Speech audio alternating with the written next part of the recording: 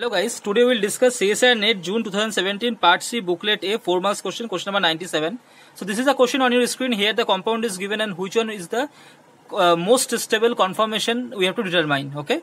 So first this is the conformation is given. This is the chair form, and in this chair form you can see that one tertiary butyl group is in the axial position, another tertiary butyl is the equatorial position, and one OH in the axial position and another OH in the equatorial position. Okay.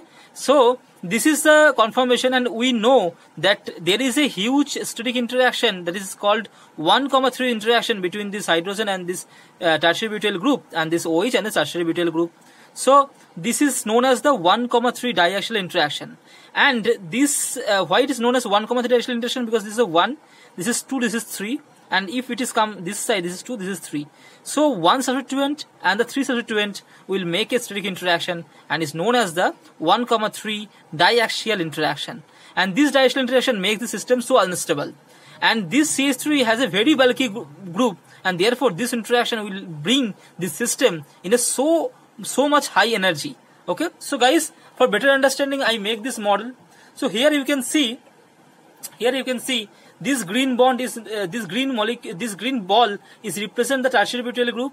This is the OH in the axial position, this is the OH in the equatorial position, and this is the hydrogen in the axial position. So these three groups are in the axial group. Okay.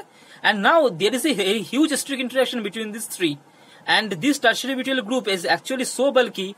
Actually, it is not representing by this green ball. Actually, it is a much more bulkier than this, because it has a carbon attached with 3 carbon, and these 3 carbon attached with, each carbon is attached with 3 hydrogens. So total 9 hydrogens. So it will be umbrella size bigger group, and it has a very huge interaction between these 3. So therefore, this 1,3 axial interaction will make the system unstable, and hence this is the most unstable conformation among these 4.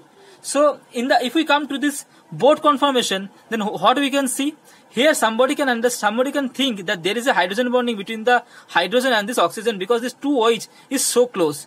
But guys, you have to remember that there is another interaction, which is the eclipse interaction of this hydrogen and this tertiary butyl group, and this hydrogen and this tertiary butyl group.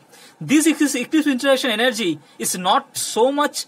It is so much that it cannot stabilize this system. So this will prevent to make this hydrogen bonding stabilization of this system, and this steric interaction make this system so much unstable, and hence this boat conformation is unstable conformation. And for better understanding, I will show in the model.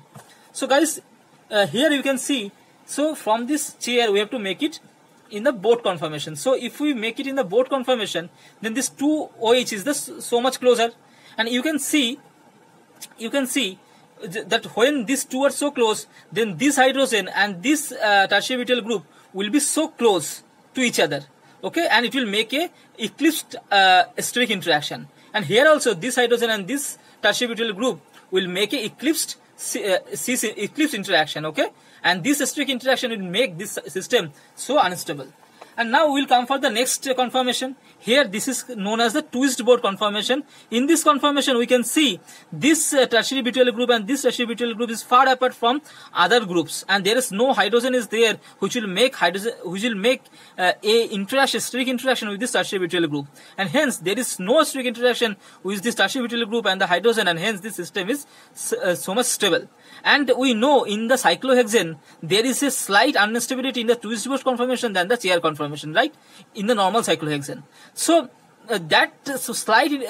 slight instability will come because of this twist boat conformation, but that is not so much. But in this case, the chair and boat conformation is highly unstable than the twist boat conformation. So therefore, this is the most stable conformation. So if we come for this conformation, this is the half chair conformation, and in this half chair conformation, we can see these four carbon are in the same plane, and which will be produce a angle strain, and this angle strain, and at the same time there will be a steric interaction with this CH2 group of this with this tertiary butyl group, and here one hydrogen and this tertiary butyl group has a steric interaction, and this steric interaction will makes the system unstable. So angular strain plus steric interaction is there. So this half chair will be unstable. So therefore the most stable conformation is the twist boat conformation. So guys, now if we see the order of energy, then 1,3 diaxial interaction is the most energetic interaction. Then this angular strain and this steric interaction. Then this eclipse interaction present in the boat conformation, and then the conformational energy whatever is there in the twist boat conformation. So this is the order of energy, okay? And this is the pure theoretical, and after calculation in the theoretical some model we can understand this order of energy, okay? And now we have to come for the order of stability. So therefore the order of stability will be follow the reverse of this. So therefore conformational energy means it has a twist boat structure. So this twist boat is the most stable, and after that it will be the eclipse interaction is there in the boat conformation. So boat, and after that it will be the half chair because the angular strain and steric interaction is there. So half chair, and after that it will be the chair conformation, which is the 1,3 diaxial interaction, and it is so unstable. So therefore this is the order of stability. So therefore twist boat is the most stable conformation. So hope guys you understand this mechanism. Thank you so much for watching this video. Please like, comment and subscribe, and I will come for the next video tomorrow. Thank you.